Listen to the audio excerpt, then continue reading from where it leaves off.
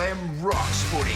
Yes, hello, welcome to another edition of Triple M Footy's Midweek Rub, exclusive on the Listener app as always. And as always, I'm joined by the big three to my left, Wayne Carey, Damien Barrett and Daisy Thomas. Daisy, fresh off a bit of a hit out at footy at Sorrento. Yes, well-documented hit out it was down there in the twos, exclusively in the twos down there at Sorrento. Really nice day it was, and presented in a touch better shape than I did when I played for them last year. Covered the ground a lot better, got a couple of nice looks. You wanted to have done that. Yeah, well, you're Given right. what happened last year. I've trained up a little bit. The So, twos.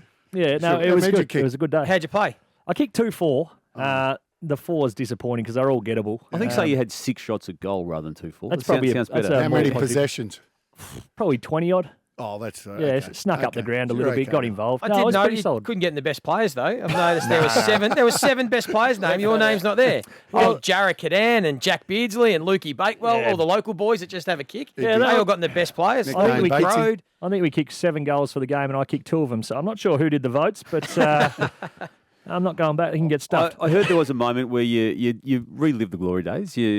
Somebody came at you and you sold the dummy, and then he came at you again, and you went around him, and he might have even come back a third time, and you just made him look to be the second grade player that he was. Look, I was working in a phone booth at one stage there, and just put a bit of candy out, and he bought the first lot, and then opened the shop again. And he came back for a bit more, and I kept it open after hours, and he came back again. So, the word is he's still looking for me out there on the wing where I went and the ball. So just a nice disappearing act I did. Any vision of that, though? Like, No, no there's not, hanger like Eddie unfortunately. Betts. At least Eddie Betts still took a hanger Well, if playing they had, local footy. I launched a few. I didn't take any, but boy, I was up there. The rings are satin and beautiful this time of year, Joey. And a beer after the game. A beer at half time and after the game. At half No, not at half time, but one after the game. That's the beauty of playing country footy. We went in the sheds, and before the coach did his pump up, because apparently they were quite poor the week before, so he's pretty happy with the performance and the response. Made sure every man had a beer so they could do the address post-match. Beautiful. Nice. Yeah, there you go. How are you going, Duck? I'm going all right. I just had a Up neck and and about? shoulder massage. Feeling a bit loose. Bit nasally, though. You had Bit the head loose. in the hole. I did have the head in the hole. Normally I like to sit up. You lie down to get a massage and you hardly can get up after you have it. You stiffen up that much. Very good. And Damo, as always, there's plenty of footy news, but there's been a bit of breaking news in the last hour as we do the podcast. There has been. Matt Tabbin is going to miss for the Dockers, and we'll get to that when we analyse and preview the big Geelong Fremantle game. We've had another coach go down, and we'll talk about that in a few moments' time. Simon Goodwin adding his name to the COVID list, and equally as big a news as all of that is Erin Phillips officially. Now, it's been known for some time that she was going to be leaving the Crows AFLW set up to go where the family connection is, that being the Port Adelaide setup. But that's going to be the big story, isn't it, of the next AFLW season, which will start in August. Yeah, the first AFLW player, I think, announced for Port Adelaide. And already- her father, Greg, wasn't he a legend at Port Adelaide Footy Club? Yep. Absolute. Did he win 7 flags or something? Something ridiculous anyway. He's an absolute superstar. Played at Collingwood as well. Collingwood, yeah. You know what I do love about it, Joey, is you're turning on all the news outlets and it's in the news. I love the fact. I mean, she's our biggest name along with Daisy Pearce. Look, fantastic to be able to go home and what a servant she's been to the Adelaide Crows. I mean, unbelievable. Well, speaking of big names, it leads to our segment. They're backed by popular demand, Daisy. The fans wanted it back. We've got this. Your hero, baby. Daisy's hero of the round. Beautiful singing, Duck. Thank you very much for that. The hero of the round is backed by popular demand. And this week, I didn't have to look too far. It was Monday. It was Anzac Day. It was a big game. And I am really enjoying what I'm seeing from my hero of the round this week, Jack Ginnivan. Now, we all know, and we touched on this on the show earlier on in the year after Kane Corns came for him and gave him an absolute bake, an absolute torching. And then everyone piled on social media as well. And Duck wasn't too far behind him. No, Duck wasn't too happy with the club. I think we got to the bottom of. Yeah, he didn't want the club getting to him. So anyway, not the point of it, but the fact that this young kid is just unapologetically himself. Yeah. He got come for, everyone backed over him and whatnot, and he went, you know what, I'll handle this by going to bleach my hair. Perfect. Tick. And if you do that, you have to back it up. Yeah. Next week he came out, played well again against Geelong. They almost won that game. He was in everyone's face. And then on the biggest stage of his young career, he comes out and kicks 5 goals, wins the Anzac Day medal, still with the peroxide hair, giving it to the Essendon crowd. I just love the confidence of the young kid and the fact that he just says to everyone, get stuffed. This is who I am. if I don't give a stuff if you like me or not. This is who I am. And I love the fact that Craig McRae is standing by him, just saying, son, you go do you. We'll back you up 100%. Don't go too far outside the train tracks and the tram lines. But you do you, continue to do it, and that's why he's the hero of the week. Well done. While he's training and doing everything right on the training track, and I love the fact that McRae allowed him to do some media. Yep. He's done a fair bit of media since, and I think that sort of says a lot about the trust that they have in him. Clearly, he does everything right on the track, because I reckon if he didn't, I reckon they'd hold him back. Yep, spot on. No, well done, Daisy. Good work. Good start. Hey, we'll get into it because we've got the some breaking news or some big news coming up, Damo. After this, of course, we've got the Daisy Duck Dive. We'll take a look back at last week's tips and how we went, and, of course, preview a big round 7 of footy action. That's all coming up next. Triple M Footy's Midweek Rub. On the listener app, and Damo, as always, some footy news, and let's start with some more breaking news that's happened in the last hour. Well, this has happened 4 times already this year, where a senior coach has had to be replaced by an assistant coach in a game of footy. It's going to happen again in round 7 when Simon Goodwin Duck is out for Melbourne for COVID protocols. Adam Muse taking over. Has COVID or protocol? I haven't got to the bottom of that just yet. I just use the phrase COVID protocols because it's need you private.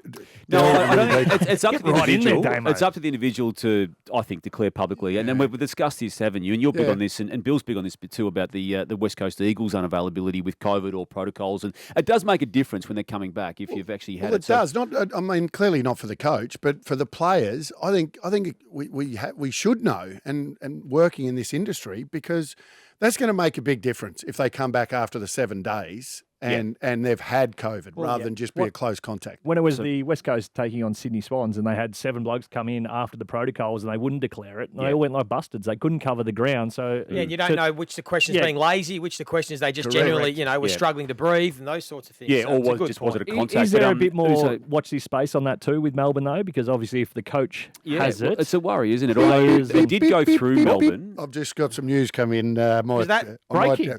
This is an exclusive, but I think Goody has tested positive for there you COVID, go. so he's not a close contact, according to the AFL website. Did I break that, or did someone else? No, someone else did. But it's good. I just think it's good to know, especially for us, because that's exactly what we do. We judge on what they put out on the ground. It did, to your point, though, it did go through Melbourne Footy Club in the off-season, like it did most Victorian clubs, and that's what didn't happen with West Coast and Fremantle. So I think there's enough conditioning of it within the operations. Just to quickly sign off, Adam Muse taking over there, and he follows, working backwards, Brendan Lade, who did it at St Kilda, Blake Caracella, who got Essendon's only win when Truck Rutten wasn't available. Jamie Graham's done it twice, and for 2 wins when Justin Longmuir was out, and then all the way back to round 2 when Ashley Hansen filled in for Michael Voss. Full successful rate. Good luck to Adam Muse, but let's be honest, Daisy or I could coach Melbourne at the moment. They'd probably still roll out and win the way they're playing. But I am a very good coach.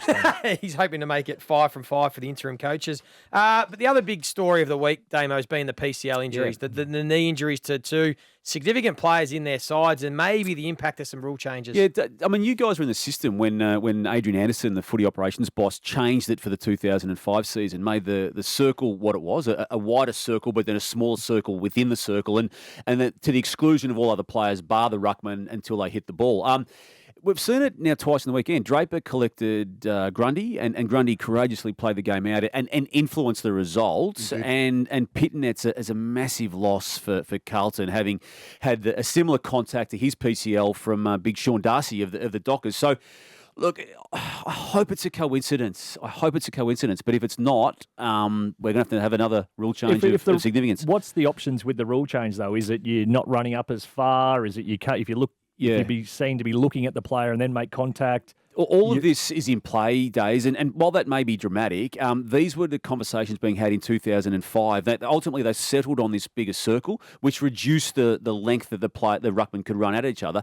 They might look at reducing. They won't do anything within season. We know that, so we've got it. The looking at the opponent now, Corey McKernan. I mean, he's best placed to talk in this space. He had an issue with one of those two. I forget which one it was specifically. It was Darcy, right? Well, he tweeted immediately. I mean, he knows what it's like. He had PCL problems himself, so. So when people of that ilk are talking about it, but again, it's the policing of it and the eyes on I the think it's ball a as freak, opposed to the eyes. given that we haven't had that Well, I type hope of it thing is. for I a hope it long is. time. It's a freak accident. But Hickey copped it last year. I do agree with when you've got your eyes on your opponent running and you just want to make contact. Now, the accidental contact still. I mean, I think that happens often in those duels. So It's probably the last position on the ground, though, that's still truly combative, where you Yeah, throw that's the right. ball up and you can say, as a coach, you can say, right, you get the chance to set the scene here, you run straight at that bloke and put your knee through him if required. yeah, I still think key forwards. I think Norton sets the pattern more than Ruckman do.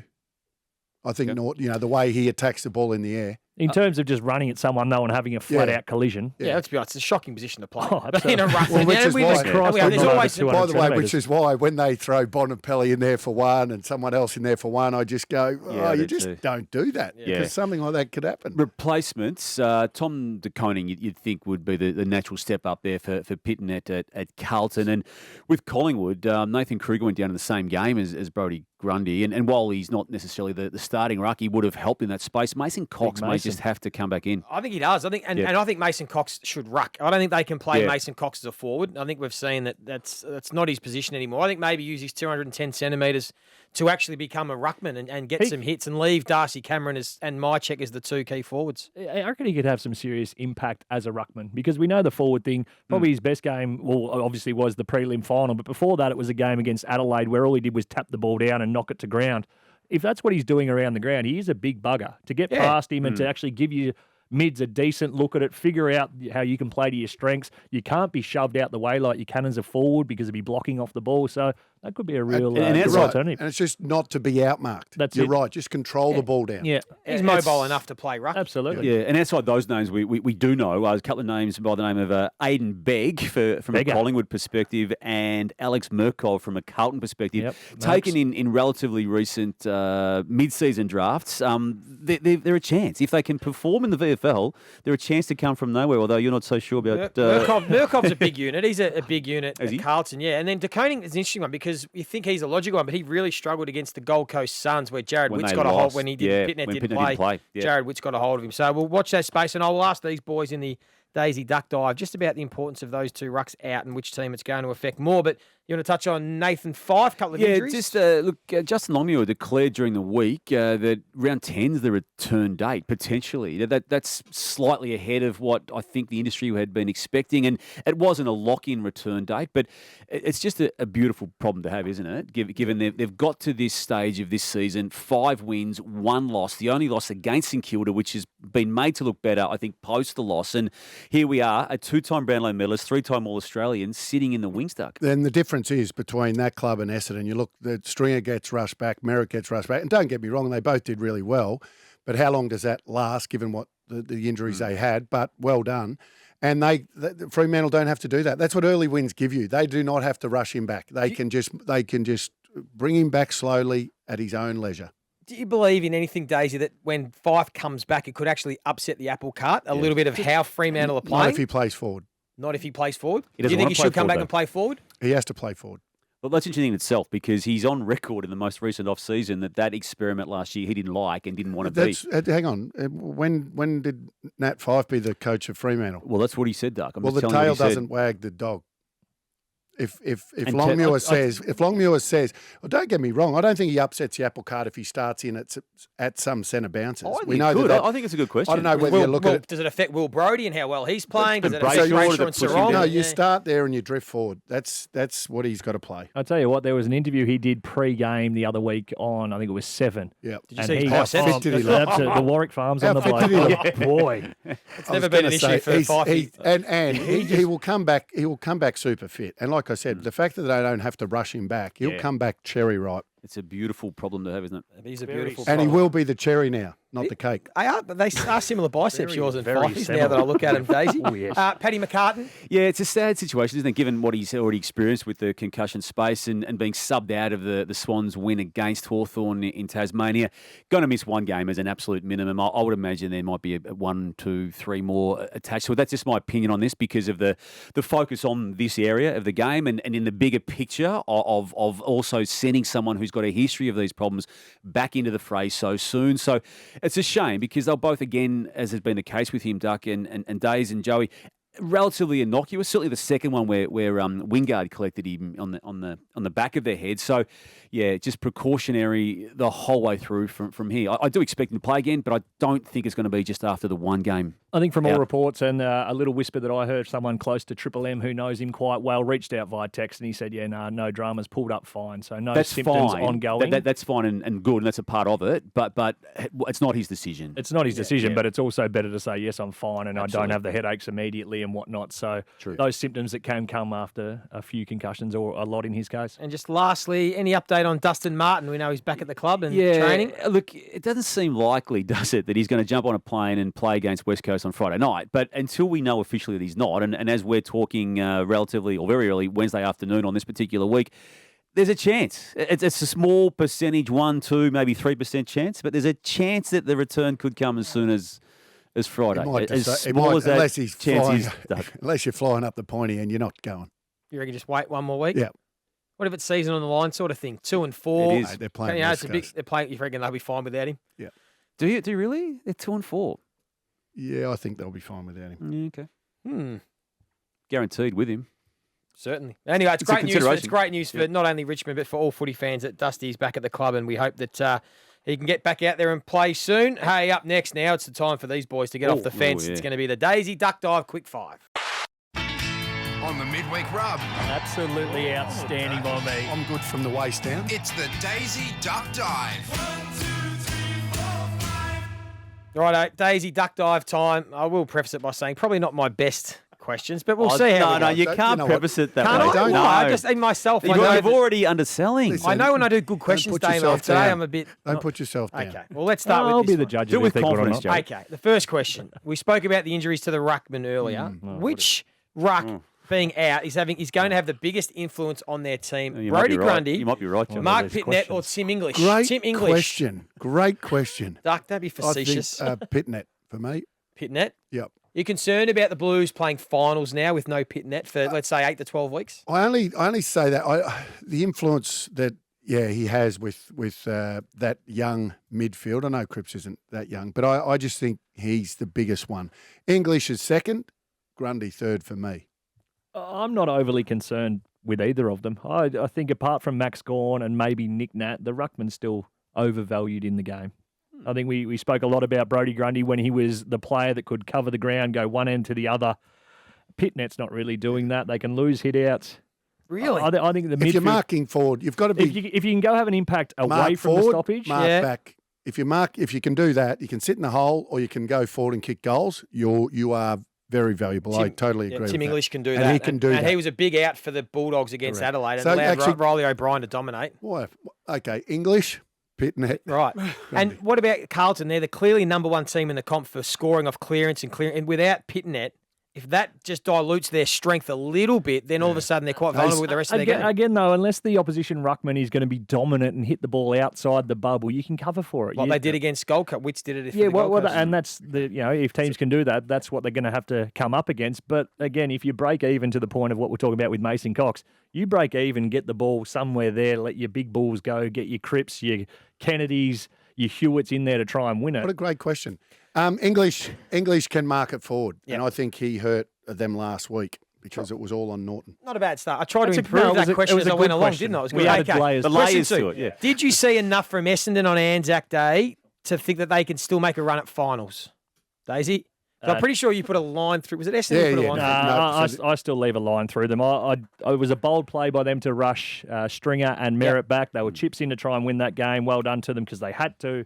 But no, I didn't see enough. Okay. Question 3. Oh, yes, I agree with that, by the way. Tom Hawkins is on 20 goals. Jeremy Cameron, 19. Joe Danaher, 19. Max King, 17. Aaron Norton, 15. let's give us a prediction. Who wins the Coleman medal from what you've seen after 6 weeks? Financially hoping that Jeremy Cameron does it. May have had an early season wager on him. Responsibly. Of course, it was very responsibly. At the moment, I will probably say Tom Hawkins. Again, yeah. They're getting so much ball inside forward 50, and he stays at home. They kick it so well, and the best thing is at the minute, him and Jeremy are working so well together. They're kicking it to each other, which, if it is close towards the pointy end of the season, maybe that stops a little bit. Tomahawk gives them off. Jeremy doesn't give as many off. So that's why I think probably Cameron. Cameron from here. Yep. Question 3.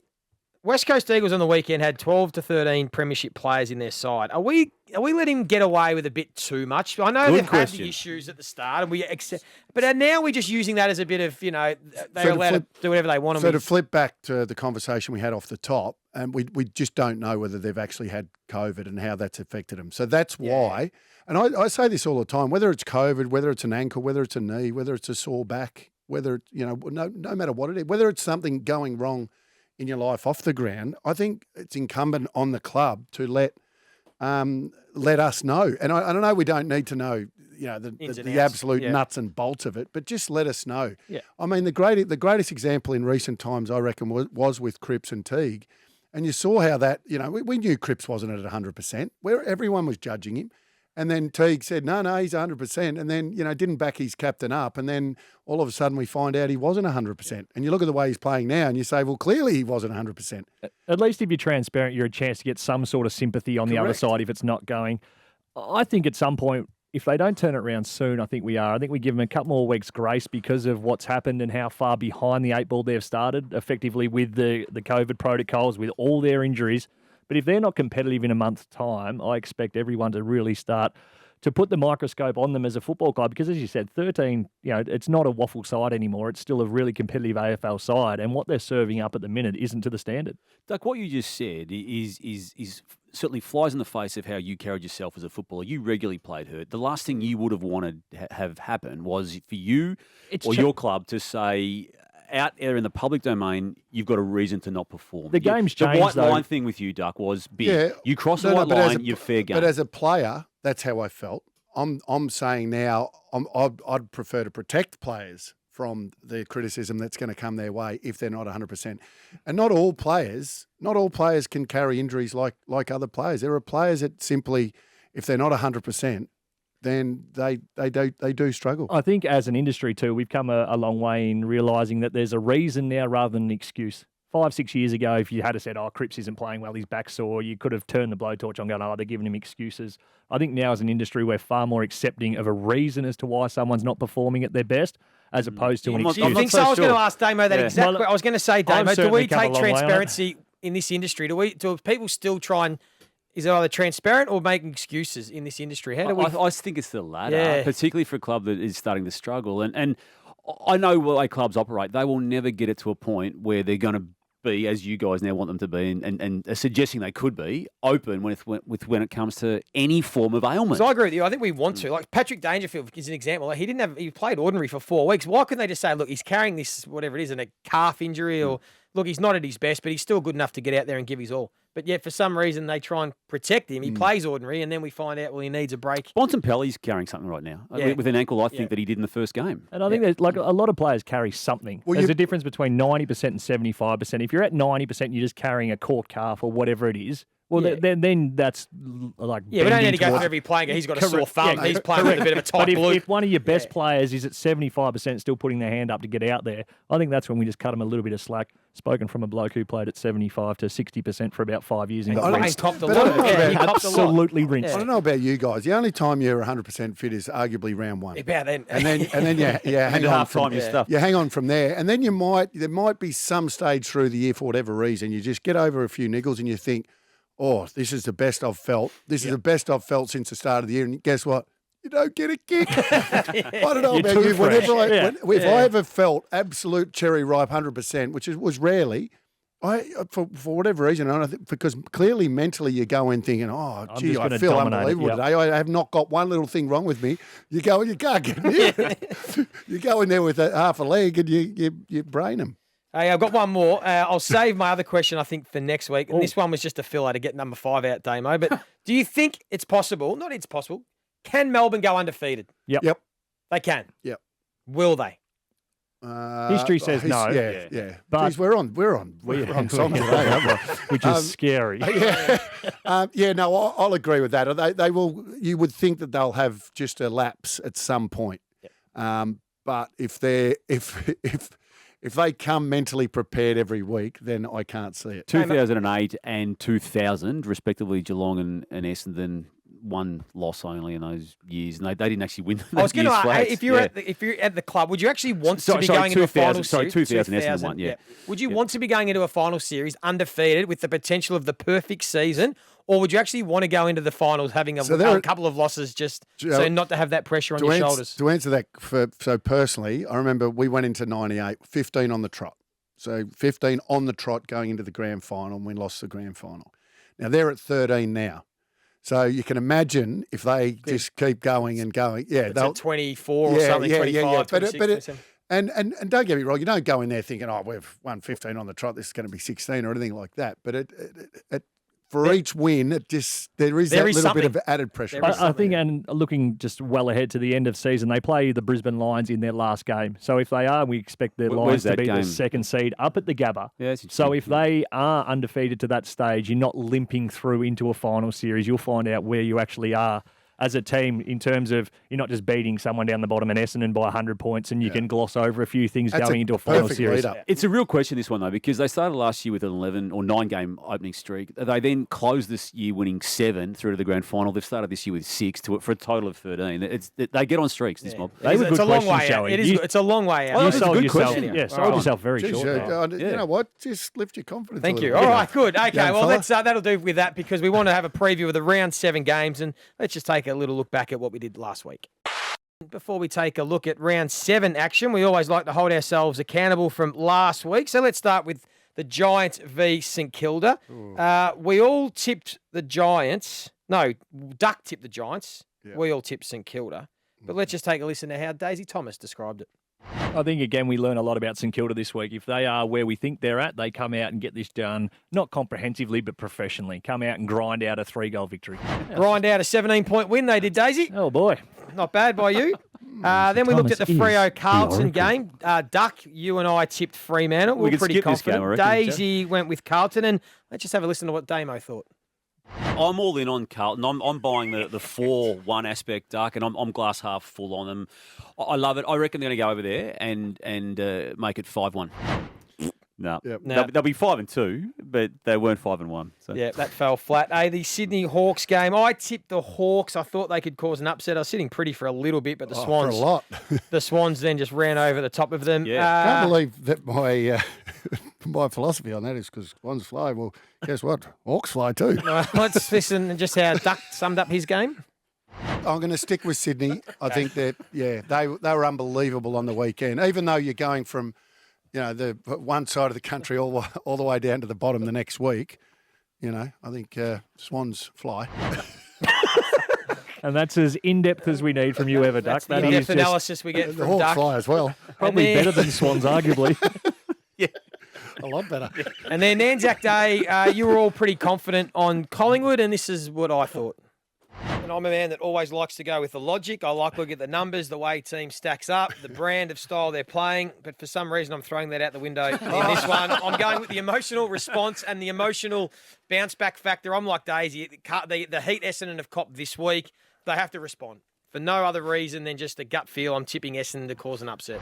I was close. No, they did respond. I was beaten by 15 goals, 3 from Collingwood. They responded. Yeah, they did respond. Yeah. They had to. And there was logic to your non-use of logic. That's right. Yeah. If I'm coughing up Palmer's for a Port Adelaide loss, you're not getting a tick for that at any stage. No, fair enough. It was close, but no cigar. We don't want close losses here. We want wins. No. All right, so let's take a look at some of the big games in particular for this weekend. Damo, let's start with the Geelong Fremantle game down at GMHBA Stadium. I love this game on paper. Obviously, Matt Taberner is now out for the Dockers guy in his 10th season, Duck, who kicked 7 goals only 2 weeks ago and has helped part of what they're doing.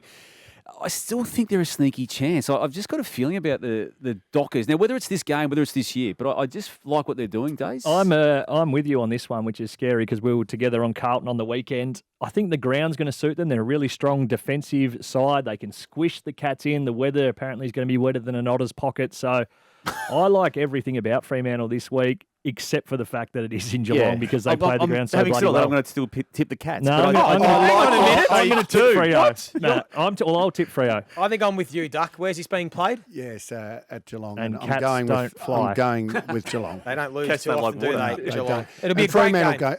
Taberner's a big out. He's a big out. So Geelong for me. A lot up to Rory Lobb now. Next game is going. We're going to look at the Western Bulldogs Essendon. I think that's a fascinating game because if the Western Bulldogs lose this 2-5, you could almost say their season might be done. I know they can still get on a roll, Duck, and they are a team that can get hot, but they'd want to win this, the Bulldogs. Did somebody say they won't make the 8 at the start of the year? Anyway, I think story, you might have, story for another day. I had them in 8 for what Oracle it's did. worth, but you actually had them out, didn't you? They've been rather underwhelming, even for what I thought they'd dish up. They're just so hard to catch at the minute, which is very un-Western Bulldogs from what we've seen years past. They've at least been competitive, hard at it in the middle. I just don't know. They're as smashed as any club is with injury, though, aren't they, Joey? I mean, you look at what happened last year with Josh Bruce coming out. Tim English missed last week. Alex Keith was out last week.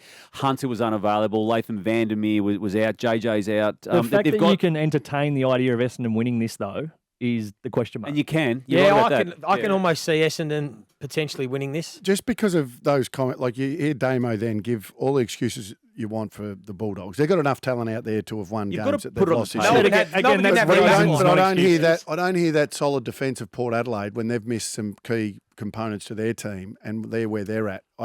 Which we do pick and choose some teams that we tend to give excuses for, which we discussed not long ago.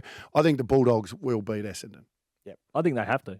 If they're going to be any chance to be around that 8th mark, this is a game they have to win.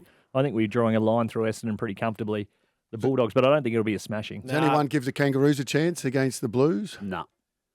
No chance. Do you think it's weird? Do you think? Play that What next about week. the two Mackay boys? Do you think it's weird that It is, 7 years down 7 the years system, they've never played against never each other. played against one another, and just a 1 week suspension. One of them's scared. And if he Well, wasn't is suspended, there- Harry is there- said he was Is one of them slightly injured. scared not to play on the Or other? is there two of them? Yeah, Or is have there they only ever one of been them? seen in the same room together? Oh, yeah. Very funny. That's Well, as you'll good go as down my the same path as Billy Brownless, Joey. I'm worried for you Sorry, in your yeah, analysis. Yeah. Billy's been saying that for years. There's only one of them. Yeah. Now, what about the? This is another tricky game. I reckon the Gold Coast Suns are a chance against the Pies. Yep, I also agree with that. I agree with I'm that. going to tip Collingwood probably, but they're. I think blockbuster syndrome's a real thing in footy. I think the Pies got right up for Anzac Day. I think the Suns pretty comprehensively smoked in the Q clash.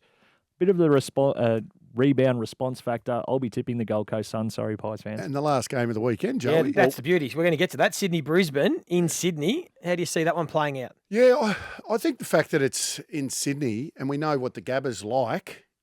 Sydney's obviously a lot smaller.